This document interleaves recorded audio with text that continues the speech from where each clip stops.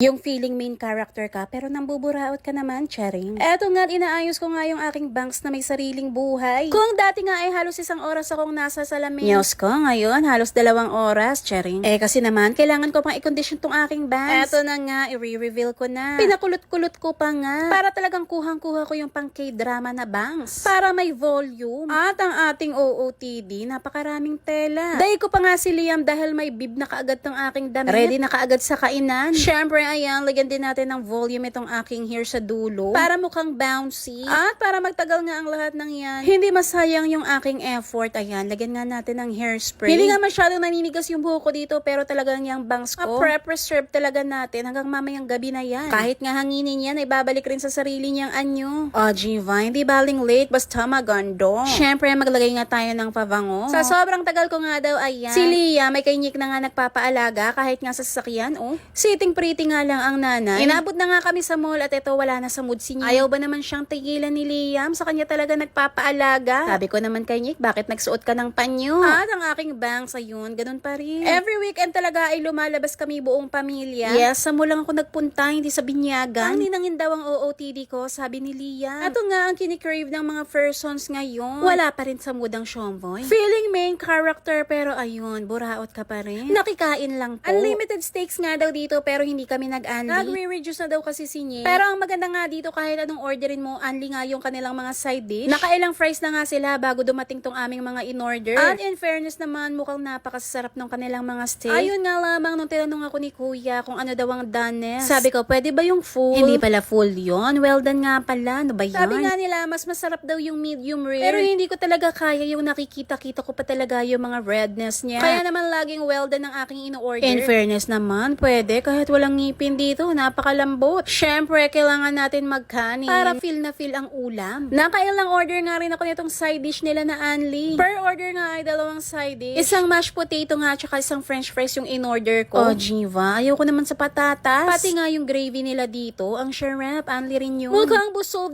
nga ang pamilya ni Nick Cyrus na pamilya ko rin. Ayan, mga naghahanap kay Bibi Juswa. Para talaga silang kambal ni Nick, charing. Baka may umasang Shomboy. Eto nga yung in-order ni Nick. Yung kanya naman, medyo manamis-namis. Jiva, food vlogger yarn. Talaga naman dinadahan-dahan pa ang paglalagay ng gravy. Feeling main character din ito Pero wag ka. Malaki sumubo. Ayun nakailang side dish nga yan. Halos nakatatlong balik yata dito si Kuya. Nasa esophagus pa nga lang niya yung kinakain niya. Ayun, nakarating na kaagad dito. Naghahanap na kaagad ng dessert. Nabitin daw kasi siya nung nakaraan dito. Dahil nga nung umorder ako dito, naku, tira-tira na lang yung natira sa kanya. Kaya naman, ayan, umorder ng 6 na piraso. Ikaw na talaga. At syempre, may pa-drinks pa nga. Dahil pauwi na nga kami. Ito, nag-take out nga kami dito. Masama nga ang love dahil siya pa daw ang nagbayad. Dito nga siya umorder yan dahil nakita niya yung Hello Kitty. At ayan, meron silang pa-promo. Tignan natin kung sinong maswerte. Ayun, walang nakuha. Sabi ko sa kanya, ganito kasi yan. Ayun, nakalibre pa nga ng isang milk tea. Napaghahalataan kung sino ang may bala. Hindi ice cream yan, Liam. Tuwang-tuwa nga siya, dahil ayan. Saan ka nakakita ng Shomboy? Napakahilig kay Hello Kitty. At ako ngayon nakapag-withdraw na naman. Dito lang yan sa aking nilalaro. Paalala po, ito hindi pang bata at syempre swertihan pa rin. Pagka-open mo nga ng laro, ayan, napakadami ditong games. Pero eto nga yung aking kinakalibangan ngayon dito. Dito kasi siguradong meron kang mapapanalunan. Lahat nga nang natatamaan mo dyan na equivalent to coins. Kaya naman for sure hindi ka uuwing luhaan. Eto nga sunod-sunod yung mga nakukuha kong coins. At dahil satisfied na ako sa napanalunan ko, eto i-withdraw ko na kaagad. Punta lang kayo dyan, tapos ayan, fill-outan nyo lamang yan. Kapag naman gusto mo mag-cash in, punta ka lang dito and then pili ka lang dyan. Huwag kang mag-alala dahil magre-reflect din within 12 hours. Pwede ka rin maging agent para mas maganda ang kita. Mag-iya ka lang na maglalaro, tapos palagay mo ang yung referral ID. Nagpapa-main character moments na naman. Siya, yan lang muna for today mga ka-fam.